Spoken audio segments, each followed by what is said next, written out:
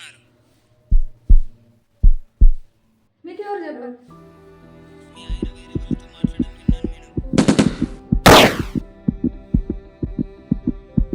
Madam, మీరు ఎలాగైనా తప్పించుకోండి. జాగ్రత్త.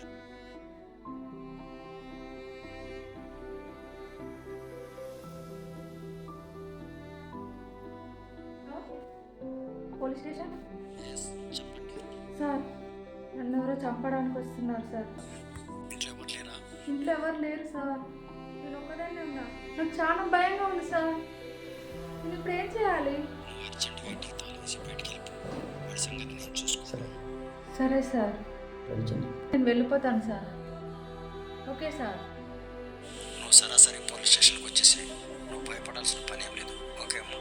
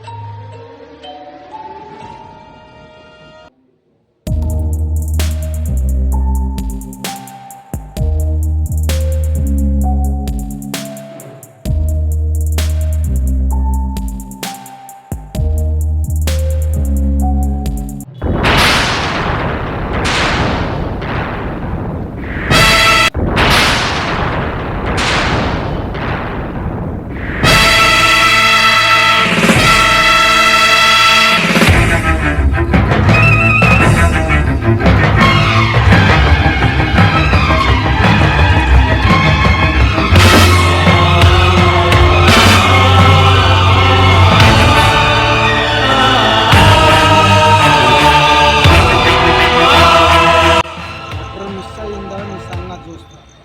నువ్వు ఊహించిన డబ్బు ఇస్తా, అడ్రస్ చేసుకన్నమాట. ఎక్కడ వచ్చిందో నీ పెళ్ళాం శవంతో పాటు నీ శవం కూడా లేసుద్ది. డబ్బుల విషయంలో నేను తీర్చుండి.